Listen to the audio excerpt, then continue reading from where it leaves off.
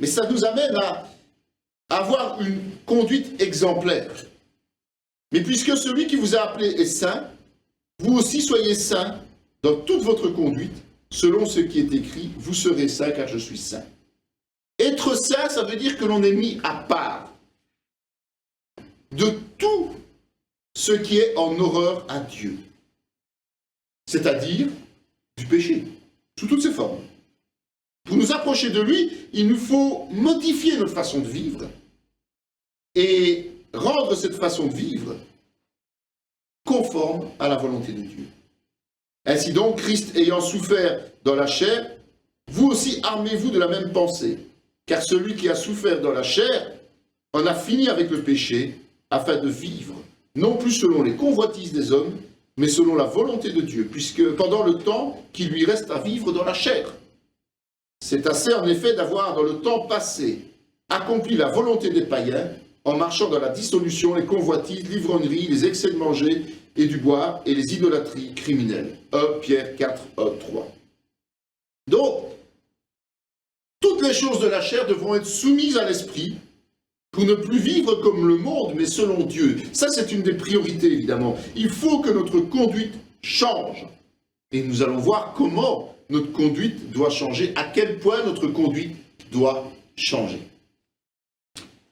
Et donc, cette conduite exemplaire va nous amener à être des modèles, te montrant toi-même à tous égards un modèle de bonnes œuvres et donnant un enseignement pur, digne, qui s'est donné lui-même pour nous, afin de nous racheter de toute iniquité, de se faire un peuple qui lui appartienne, purifié par lui, zélé pour les bonnes œuvres. Tite 2, 7 et 14. Ayez au milieu des païens une bonne conduite, afin que, là même où ils vous calomnient, comme si vous étiez des malfaiteurs, ils remarquent vos bonnes œuvres et glorifient Dieu au jour où il les visitera. 1 Pierre 2, 12. Une conduite pure a beaucoup d'importance dans la vie du chrétien. Pas seulement au niveau de l'Église, parce que là nous sommes censés être des gens nés de nouveau, vivant selon Christ, mais surtout dans le monde. Il faut être un modèle pour l'humanité. Il faut que les gens voient une différence entre les chrétiens et le reste du monde. Absolument. Mais si nous marchons dans la lumière, comme il est lui-même dans la lumière, nous sommes mutuellement en communion et le sang de Jésus-Christ nous purifie de tout péché. Jean appelle cette façon de vivre marcher dans la lumière. En fait, il faut être conscient que tout ce que nous allons faire doit être visible des hommes, peut être vu par les hommes sans que ce soit une occasion de reproche fondée, évidemment. Donc même si nous le faisons dans l'intimité, même si nous le faisons dans, on va dire entre guillemets, le secret, ça devrait quand même être une action qui pourrait être vue par les hommes sans être un sujet de reproche. Si vous portez beaucoup de fruits, c'est ainsi que mon Père sera glorifié et vous serez mes disciples. Et donc, la conduite n'est pas suffisante, évidemment. La bonne conduite, c'est pas ça être le modèle. C'est la bonne conduite et porter des fruits, c'est-à-dire être productif. Il faut les deux. Il faut qu'il y ait des choses concrètes qui émanent du chrétien pour que les gens voient. Il y avait à Césarée un homme nommé Corneille, centenier dans la cohorte dite italienne. Cet homme était pieux et craignait Dieu avec toute sa maison. Il faisait beaucoup d'aumônes au peuple et priait Dieu continuellement. Acte 10, 1, 2. Corneille, c'est un exemple biblique. Il était officier dans l'armée d'occupation romaine et pourtant, il avait une vie de chrétien visible. Il aurait pu se cacher de sa foi. Mais non, il avait une vision des choses conforme à la parole. Il était un modèle pour les gens du monde et ses soldats, évidemment. Je connais tes œuvres, ton amour, ta foi, ton fidèle service, ta constance et tes dernières œuvres sont plus nombreuses que les premières. Apocalypse 2, 19. En fait, Jésus a des critères limpides. C'est que il faut insister sur le fait que plus nous avançons dans notre vie de service, plus nous devons être productifs. Et c'est normal, puisque nous avons plus de connaissances, nous avons plus d'expérience, plus de foi. Donc il est tout à fait logique d'être plus efficace, plus productif, plus percutant. C'est pour cela que nous aussi, depuis le jour où nous avons été informés, nous ne cessons de prier Dieu pour vous et de demander que vous soyez remplis de la connaissance de sa volonté en toute sagesse et intelligence spirituelle, pour marcher d'une manière digne du Seigneur et lui être entièrement agréable, portant des fruits en toutes sortes de bonnes œuvres et croissant par la connaissance de Dieu. En fait, les œuvres que le chrétien va accomplir, si elles sont faites selon la volonté de Dieu, évidemment, ce sont les fruits de l'esprit. Et nous devons en avoir tous les jours. Et notre guide pour savoir comment accomplir les choses, c'est la Bible. Il faut qu'on l'étudie, qu'on la médite et qu'on la mette en pratique selon notre intelligence renouvelée et selon la sagesse de Dieu. Et tout cela s'apprend, évidemment. Il faut que les nôtres aussi apprennent à pratiquer de bonnes œuvres pour subvenir aux besoins pressants, afin qu'ils ne soient pas sans produire des fruits. Tite 3,14. Recommande-leur de faire du bien, d'être riches en bonnes œuvres, d'avoir de la libéralité, de la générosité, et de s'amasser ainsi pour l'avenir un trésor placé sur un fondement solide, afin de saisir la vie véritable. 2 Timothée 6, 18, 19. Ce n'est pas quelque chose qui est inné de savoir faire des œuvres pour Dieu. Ok ? Et c'est ça qui est parfois dangereux chez les nouveaux convertis, c'est qu'ils ont l'impression qu'ils servent Dieu, alors que ce n'est pas inné, ça s'apprend. Et donc on ne peut pas se dire « Ah, je sais ce qu'il faut faire ». Non, on ne sait pas ce qu'il faut faire. Il faut l'apprendre d'abord. Et ça ne vient pas subitement au moment de la conversion. Il faut se perfectionner au travers de l'étude et de la connaissance de la parole. En mettant en pratique la parole au fur et à mesure de ce que l'on apprend, eh bien on devient de plus en plus efficace. Et il faut évidemment que dans un corps de Christ, les gens s'exhortent les uns les autres. Parce qu'on peut se décourager. On voudrait, comme on a vu, le premier amour nous pousse à aller vite. Or, on apprend qu'il faut attendre, apprendre à attendre. Mais qu'après, ce premier amour, il faut l'entretenir. Et donc souvent, le problème, c'est à ce croisement entre le feu du premier amour et la continuité de notre service que le problème se pose. C'est là qu'on coince. Le monde passe, sa convoitise aussi, mais celui qui fait la volonté de Dieu demeure éternellement. Donc, c'est en faisant la volonté de Dieu, et uniquement la volonté de Dieu, pas celle de la chair, que l'on arrivera à progresser. Il faut savoir évidemment que l'esprit et la chair sont diamétralement opposés. Si vous vivez selon la chair, vous mourrez. Mais si par l'esprit vous faites mourir les actions du corps, vous vivrez, car tous ceux qui sont conduits par l'esprit de Dieu sont fils de Dieu. Romains 8, 12, 13. Faites donc mourir les membres qui sont sur la terre, l'impudicité, la pureté, les passions, les mauvais désirs, la cupidité qui est une idolâtrie. C'est à cause de ces choses que la colère de Dieu vient sur les fils de la rébellion, parmi lesquels vous marchiez autrefois lorsque vous viviez dans ces péchés. Mais maintenant, renoncez à toutes ces choses, à la colère, à l'animosité, à la méchanceté, à la calomnie, aux paroles déshonnêtes qui pourraient sortir de votre bouche. Ne mentez pas les uns aux autres, vous étant dépouillés du vieil homme et de ses œuvres, et ayant revêtu l'homme nouveau, qui se renouvelle de la connaissance selon l'image de celui qui l'a créé. Colossiens 3, 5, 10. Donc pour nous, il faut absolument faire mourir nos propres convoitises. Il faut que nous renoncions à nos péchés pour laisser le Saint-Esprit diriger et sanctifier nos vies. Selon la volonté du Père et du Fils, c'est eux qui ont décidé de nous envoyer le Saint-Esprit. Prenez garde à vous-même de craindre que vos cœurs ne s'apesantissent par les excès du manger et du boire et par les soucis de la vie, et que ce jour ne vienne sur vous à l'improviste. Luc 21, 34. Et 1 Pierre 5, 6, 9 dit « Humiliez-vous donc sous la puissante main de Dieu, afin qu'il vous élève au temps convenable, et déchargez-vous sur lui de tous vos soucis, car lui-même prend soin de vous. Soyez sobres, veillez. Votre adversaire, le diable, rôde comme un lion rugissant, cherchant qui il dévorera. Résistez-lui avec une foi ferme, sachant que les mêmes souffrances sont imposées à vos frères dans le monde. » La meilleure façon de demeurer dans l'esprit, c'est d'éviter tous les excès dans les choses du monde, en apprenant à faire confiance à Dieu pour tous nos besoins et tous nos soucis. Et tout ça doit être fondé sur une foi ferme. Évidemment, pour tout ça, il faut savoir discerner. Et beaucoup de personnes se sont malheureusement retrouvées dans des mouvements sectaires qui n'ont plus rien à voir avec l'Église en tant que telle. Et ça, c'est la technique de Satan la plus raffinée, la plus affinée qu'il puisse avoir. c'est quelqu'un qui aime mentir et par le mensonge, il pervertit. Bien-aimés, n'ajoutez parfois à tout esprit, mais éprouvez les esprits pour savoir s'ils sont de Dieu. Car plusieurs faux prophètes sont venus dans le monde. 1 Jean 4,1. Et ça est dit, nous savons aussi que le Fils de Dieu est venu et qu'il nous a donné l'intelligence pour connaître le véritable, et nous sommes dans le véritable en son Fils Jésus-Christ. En fait, l'Église dans son ensemble, mais aussi chaque membre de l'Église, est amené à examiner tout ce qui est apporté par les hommes. Même si ces gens ont une réputation dans le monde chrétien. C'est pour ça qu'on nous a renouvelé l'intelligence. C'est pour ça que l'Esprit nous a renouvelé l'intelligence au jour de la régénération.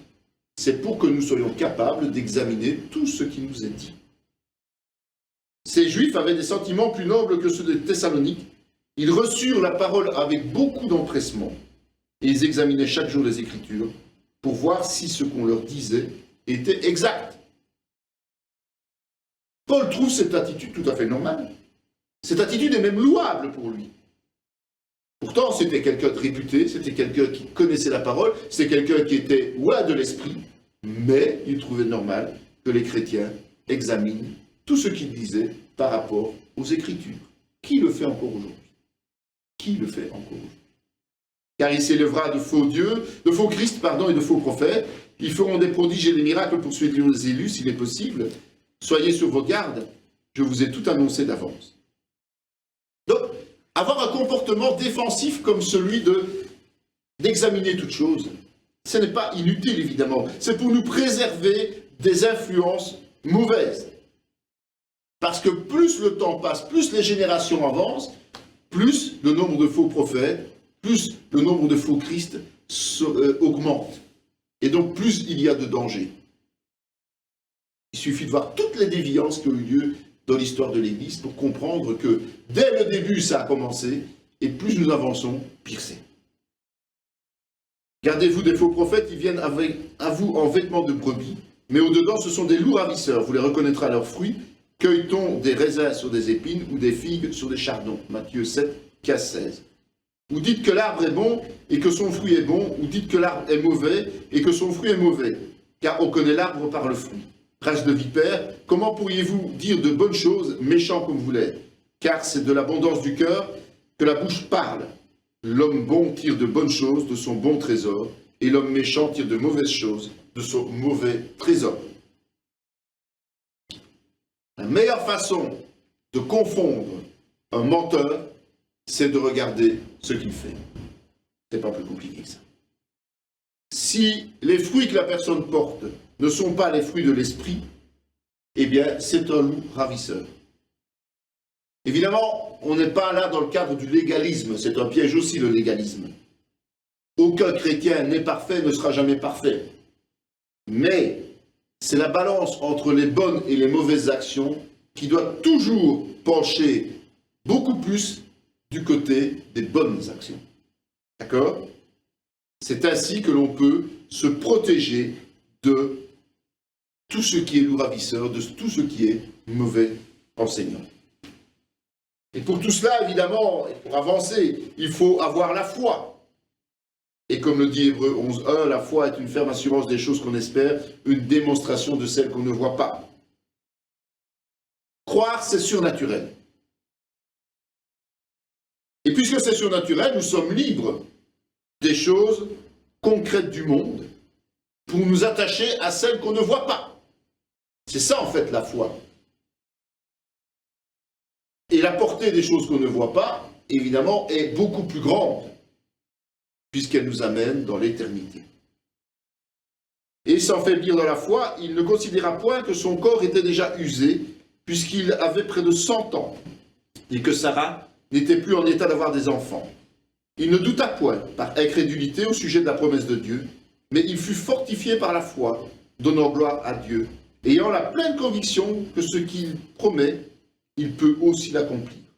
C'est pourquoi cela lui fut imputé à justice. Mais ce n'est pas à cause de lui, seul qu'il est écrit que cela lui fut imputé. C'est encore à cause de nous.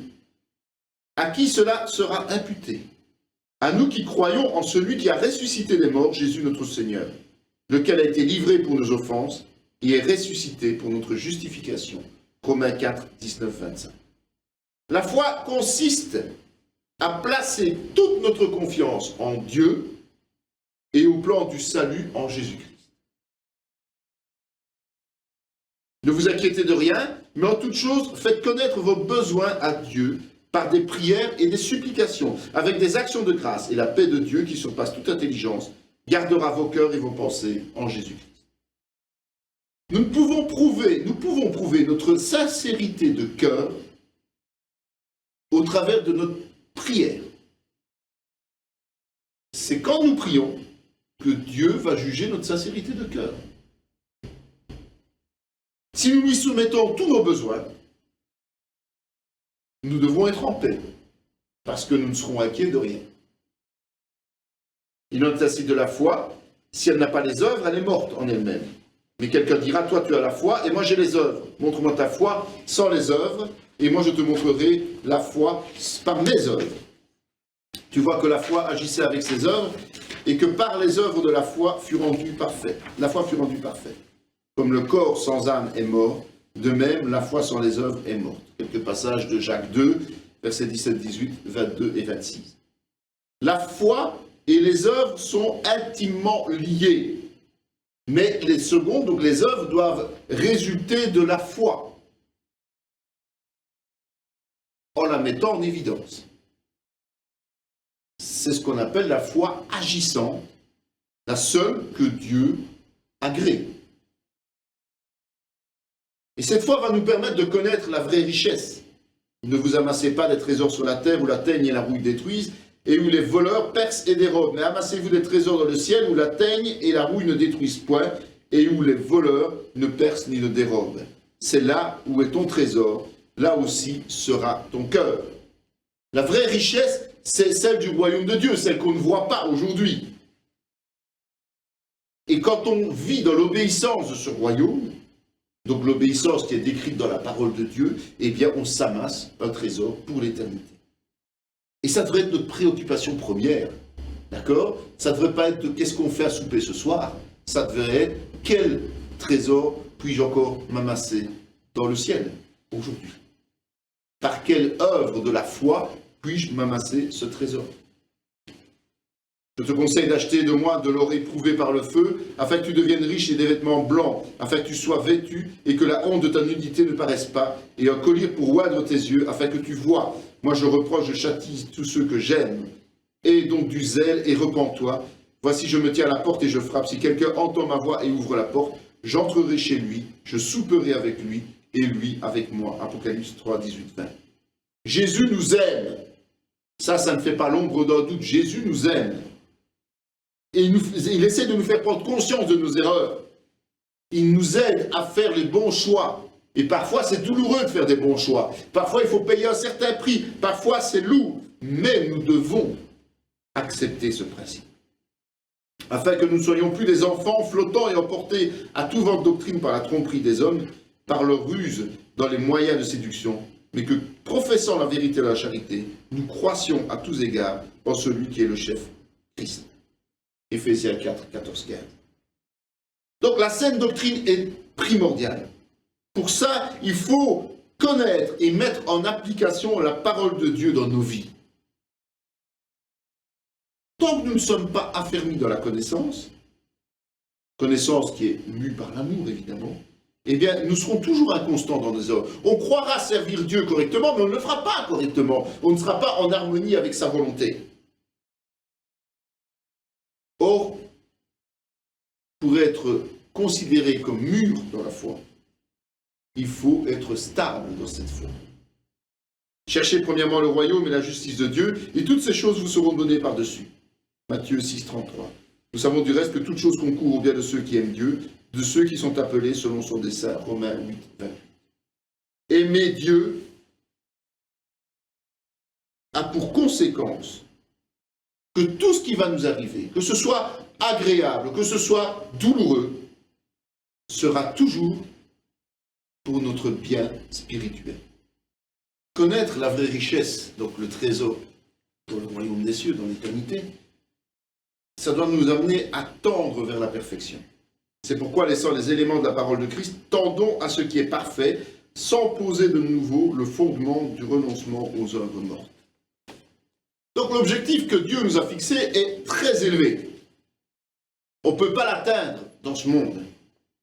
Mais ce n'est pas parce qu'on ne peut pas l'atteindre qu'on ne doit pas tout faire pour tendre vers cette perfection.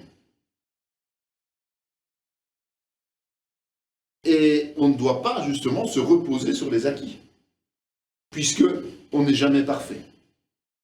On doit toujours chercher à aller plus loin dans le sacrifice. Et je le rappelle, c'est un culte raisonnable, selon Dieu. Ce n'est pas un exploit extraordinaire, c'est un culte raisonnable. Tout sarment qui est en moi et qui ne porte pas de fruits, je le retranche. Et tout sarment qui porte du fruit, il l'émonde, afin qu'il porte encore plus de fruits. En fait, nos efforts ne sont pas vains, soyons clairs.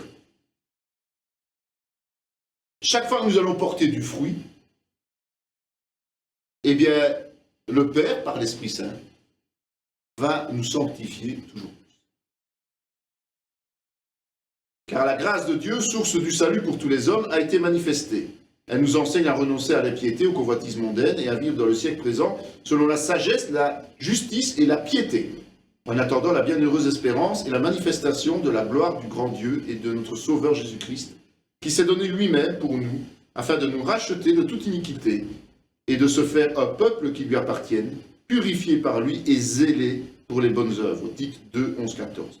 Pierre nous dit plus ou moins la même chose dans le chapitre 2, dans le deuxième épître, chapitre 1, versets 3 à 9. En fait, l'objectif final de tendre vers la perfection, c'est quoi? C'est de participer à la nature même de Dieu. En fait, dans l'Église, nous préparons notre avenir spirituel en apprenant ce qui plaît à Dieu et évidemment en le mettant en pratique. C'est imparfait, c'est sûr, mais c'est indispensable si nous voulons voir Dieu face à face. Nous sommes en quelque sorte dans une période d'apprentissage, en même temps qu'une période d'attente. Et donc pour cela, il va falloir accepter d'être repris à certains moments, supporter le châtiment. C'est comme des fils que Dieu vous traite, car quel est le fils qu'un père ne châtie pas? Mais si vous êtes exempt du châtiment auquel tous ont part, vous êtes donc des enfants illégitimes et non des fils. D'ailleurs, puisque nos pères selon la chair nous ont châtiés, et que nous les avons respectés, ne devons-nous pas, à bien plus forte raison, nous soumettre au Père des esprits pour avoir la vie? Nos pères nous châtiaient pour peu de jours, comme ils le trouvaient bon, mais Dieu nous châtie pour notre bien, afin que nous participions à sa sainteté. Il est vrai que tout châtiment semble d'abord un sujet de tristesse et non de joie, mais il produit plus tard, pour ceux qui ont été ainsi exercés, un fruit paisible de justice. Hébreux 12, 7 à 11. Donc malgré notre nouvelle naissance, nous ne sommes pas débarrassés de la chair. Ça, c'est une réalité dont nous sommes conscients. Et donc, on va toujours avoir tendance à mettre un peu le pied de côté. Pour cette raison-là, le Seigneur va, souvent par le service d'autres frères, nous reprendre. C'est désagréable. On n'aime pas être repris. Mais chaque fois qu'on nous dit quelque chose, il faut quand même prendre la peine d'examiner ce qui nous est dit, pour nous remettre en question et revenir dans la voie de Dieu si c'est nécessaire. Reconnais en ton cœur que l'Éternel ton Dieu te châtie comme un homme châtie son enfant. Deutéronome 8,5. Car l'Éternel châtie celui qu'il aime comme un enfant, comme un père l'enfant qu'il chérit. Proverbe 3,12. Nous sommes des enfants de Dieu. Et donc nous sommes soumis à l'autorité de Dieu. Que ça nous plaise ou pas, c'est comme ça. Nous nous mettons volontairement sous l'autorité de Dieu le Père. Et parfois il agit sévèrement. Mais sa motivation, c'est toujours l'amour. Parce que pour lui, le pire, c'est de nous voir sombrer au niveau spirituel.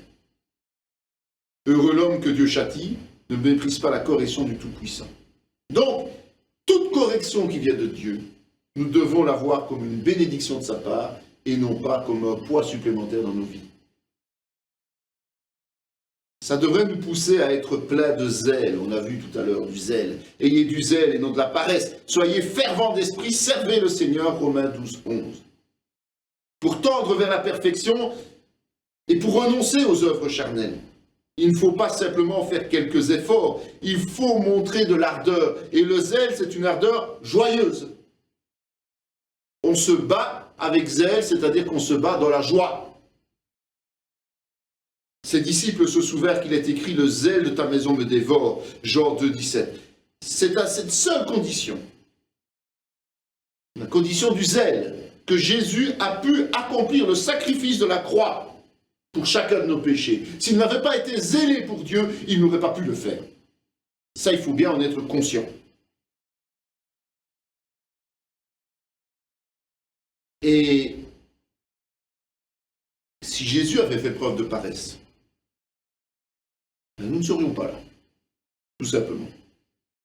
Donc, le zèle, la motivation, c'est le moteur de la réussite, que ce soit pour Jésus ou pour nous-mêmes. Il est nécessaire, mettez pour chaussure à vos pieds le zèle que donne l'évangile de paix, Éphésiens 6, 15. En fait, c'est une des armes du chrétien, le zèle que donne l'évangile de paix. C'est l'évangile, la bonne nouvelle que nous avons reçue, qui doit nous donner cette ferveur. On a vu le premier amour, c'est ça. Le premier amour fait naître cette ferveur. Malheureusement, bien souvent, nous laissons ce foyer s'étouffer, au point que parfois, il n'y a même plus de braise. Donc il faut être né de nouveau. Il faut avoir reçu l'intelligence renouvelée. Mais il faut aussi connaître ce qu'est l'évangile pour pouvoir travailler avec zèle. Nous désirons que chacun de vous montre le même zèle pour conserver jusqu'à la fin une pleine espérance, en sorte que vous ne vous relâchiez point et que vous imitiez ceux qui, par la foi et par la persévérance, héritent des promesses. Donc, notre vie chrétienne doit être remplie de zèle. C'est la condition pour rester fidèle jusqu'au bout, sans se relâcher. Le zèle, c'est le moteur qui comprend la foi et la persévérance. Il y a la joie en plus. C'est vraiment y aller avec la joie. Mais le zèle, tout seul, ne sert à rien. Je leur rends le témoignage qu'ils ont du zèle pour Dieu, mais sans intelligence. Ne connaissant pas la justice de Dieu et cherchant à établir leur propre justice, ils ne sont pas soumis à la justice de Dieu. Romains 10, 2. Le zèle sans intelligence, sans la connaissance, sans le discernement, ça va mener à rien, sinon au désastre. Être zélé, c'est avoir de l'énergie, effectivement positive, on va dire, mais il faut qu'elle soit basée sur quelque chose. Et ce quelque chose, c'est la parole de Dieu, la vérité. Lequel d'entre vous est sage et intelligent, qu'il montre ses œuvres par une bonne conduite avec la douceur de la sagesse. Mais si vous avez dans votre cœur un zèle amer et un esprit de dispute, ne vous glorifiez pas et ne mentez pas contre la vérité. Cette sagesse n'est point celle qui vient d'en haut, mais elle est terrestre, charnelle, diabolique. Car là où il y a un zèle amer et un esprit de dispute, il y a du désordre et toutes sortes de mauvaises actions. Jacques 3, 13, 16. Il y a des gens dans l'Église qui ont de la ferveur, qui ont de l'envie, qui ont du zèle. Mais quand c'est mal utilisé, on en arrive à une vie légaliste. Il y a des chrétiens qui cherchent plus à juger, accuser, railler, rejeter les autres, qu'à exceller dans leur propre vie. C'est pas ce que Jésus a enseigné. Il nous a dit que nous devions aimer Dieu et notre prochain. Donc notre objectif n'est pas de condamner l'autre, mais de le sortir de son pétrin quelque part.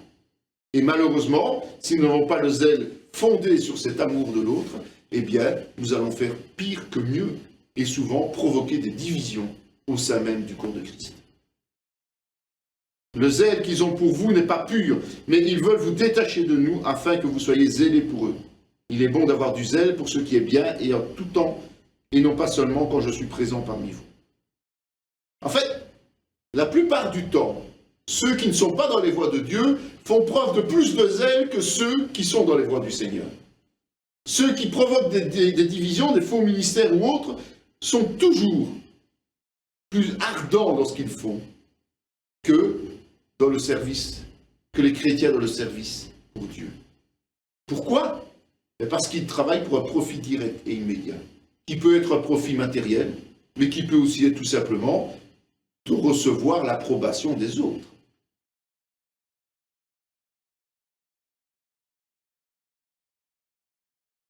Une autre précaution que nous devons prendre pour être dans une église pure, et être pur dans cette église surtout, c'est nous tenir à distance des pécheurs.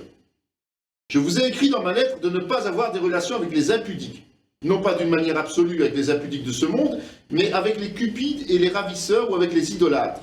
Autrement, il vous faudrait sortir du monde. Maintenant, ce que je vous ai écrit, c'est de ne pas avoir des relations avec quelqu'un qui, se nommant frère, est impudique ou cupide ou idolâtre ou outrageux ou ignore ou ivrogne ou ravisseur, de ne pas même manger avec un tel homme. Qu'ai-je en effet à juger ceux du dehors? N'est-ce pas ceux du dedans que vous avez à juger? Pour ceux du dehors, Dieu les juge. Ôtez le méchant du milieu de vous. C'est la meilleure explication que Paul nous donne de se tenir à distance des pécheurs. Le chrétien, nous l'avons vu tout à l'heure, ne doit pas tenir compte de l'état de péché de ceux qui sont dans le monde pour aller leur annoncer la bonne nouvelle et pour les accueillir. Donc une fois que la personne est non chrétienne, eh bien, nous ne devons pas juger, nous devons aller de l'avant, aller vers eux. Mais, une fois que la personne est convertie, c'est tout à fait différent. On ne peut pas fermer les yeux sur le péché de nos frères et sœurs. Et s'ils se conduisent comme des païens, donc c'est ce qu'on appelle des chrétiens charnels, nous avons même l'obligation de nous retirer de leur intimité, de les garder à distance de nous. C'est une protection. Et ça va plus loin, puisque si un chrétien persévère dans ses mauvaises voies, malgré les exhortations, malgré les rappels à l'ordre, malgré les remises en question, eh bien, Paul exhorte l'Église à l'exclure du milieu d'elle. Jésus a établi ces règles-là dans Matthieu 18, versets 15 à 17. Ce n'est pas une justice expéditive, c'est une justice divine que nous devons appliquer à ce moment-là. Considérer la personne comme un païen, c'est ne plus vivre dans son intimité. Tout est pur pour ceux qui sont purs, mais rien n'est pur pour ceux qui sont souillés et incrédules. Leur intelligence et leur conscience sont souillées. Ils font profession de connaître Dieu, mais ils le renient par leurs œuvres, étant abominables, rebelles et incapables d'aucune bonne œuvre. Donc ce ne sont pas les belles paroles qui prévalent. Ça, les belles paroles, tout le monde en sort. Tout le monde peut en dire. Tout le monde. Absolument tout le monde. Mais ce sont les actes, donc les fruits que l'on porte, qui sont le reflet de ce qui se passe réellement dans nos cœurs. Et nous avons vu que là, la balance doit être positive dans le cadre des bonnes actions. Ne savez-vous pas que vos corps sont des membres de Christ? Prendrai-je donc les membres de Christ pour en faire des membres d'une prostituée? Loin de là. Ne savez-vous pas que celui qui s'attache à la prostituée est un seul corps avec elle? Car, est-il dit, les deux deviendront une seule chair. 1 Corinthiens 6, 15, 16. Donc le raisonnement de Paul va beaucoup plus loin que ce qu'on peut lire rapidement. C'est que si les membres d'une église s'unissent à une prostituée, c'est-à-dire quelqu'un qui vit dans le péché, ce qu'on peut considérer une personne méchante, qui se proclame chrétienne, on dit bien, qui se proclame chrétienne, qui dit croire en Jésus-Christ, mais qui vit dans le péché. Et si on s'unifie à cette personne, eh bien on fait corps avec elle. On parlait de l'esprit de Jézabel précédemment, c'est un peu ça. Et donc, on se met sous la condamnation aussi. D'accord ? On en est amené à non seulement écarter les pécheurs de nos vies, pécheurs qui se disent chrétiens, soyons clairs, mais aussi à haïr évidemment tout ce qui est enseignement hérétique. Tu as pourtant ceci, c'est que tu hais les œuvres des Nicolaïtes, œuvres que je hais aussi, Apocalypse 2.6, ce que nous avons vu tout à l'heure, c'est que toute forme d'hérésie ne peut se retrouver au sein d'une église qui s'offre en sacrifice vivant à Jésus-Christ. Nous devons débusquer et éradiquer toutes ces fausses théories dès leur apparition. Ô Timothée, garde le dépôt en évitant les discours vains et profanes et les disputes de la fausse science dont font profession quelques-uns qui se sont ainsi détournés de la foi. Que la grâce soit avec vous. 2 Timothée 6, 20, 21. La priorité, ce n'est pas de discutailler sans cesse, avec des gens qui sont aveuglés par leurs faux discours, par leurs propres croyances, par tout ce qu'ils ont amassé comme connaissances qui ne sont pas de la parole de Dieu. Il faut se tenir dans la présence de Jésus. Il faut être dans la vie, sur le chemin et dans la vérité. Il ne faut pas perdre son temps à discuter avec des gens qui n'ont pas cette même base. Il faut nous tenir face à Jésus et laisser ces gens de côté. À vous, à tous les autres de Thyatire qui ne reçoivent pas cette doctrine et qui n'ont pas connu les profondeurs de Satan comme il les appelle, je vous dis, je ne mets pas sur vous d'autres fardeaux. Seulement, ce que vous avez, retenez-le jusqu'à ce que je vienne. Apocalypse 2, 24, 25. Si on adhère à des hérésies, si on rentre dans des mouvements qui ne sont pas respectueux de la parole de Dieu, eh bien, c'est considéré comme connaître les profondeurs de Satan. Donc, à nous de ne pas connaître ces profondeurs de Satan, à nous de rester purs, à nous de rester à distance. Mais de ne pas non plus vivre de manière stressée et paniquée. Nous devons rester sereins, évidemment. Que votre cœur ne se trouble point, et ne vous effrayez pas des bruits qui se répandront dans le pays, car cette année il surviendra un bruit, et l'année suivante un autre bruit. La violence régnera dans le pays, et un dominateur s'élèvera contre un autre dominateur. Jérémie 51, 46.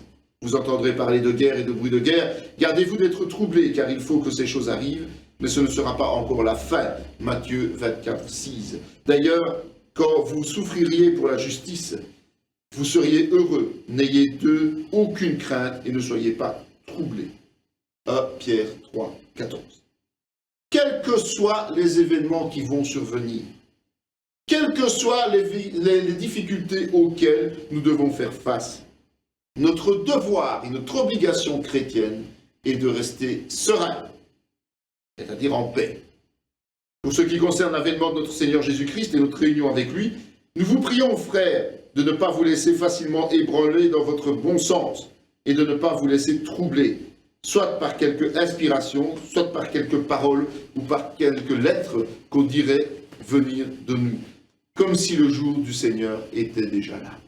2 Thessaloniciens 2, 1, 2. Nous devons absolument rester vigilants. Nous devons absolument être prudents chaque fois qu'on va parler de la fin des temps. On rejoint le sujet du cours. Parce qu'il y a tant de choses qui ont été dites, tant de choses qui ont été annoncées, et qui sont fausses. Que votre cœur ne se trouble point. Croyez en Dieu et croyez en moi. Je vous laisse la paix, je vous donne ma paix. Je ne vous donne pas comme le monde donne, que votre cœur ne se trouble point et ne s'alarme point. Jean 14, 1, 27. En fait, nous devons être confiants. Mais la confiance n'est possible que si notre foi est sincère et vraie. Si notre foi est tournée vers un seul Dieu, ce Dieu, Père, Fils et Saint-Esprit.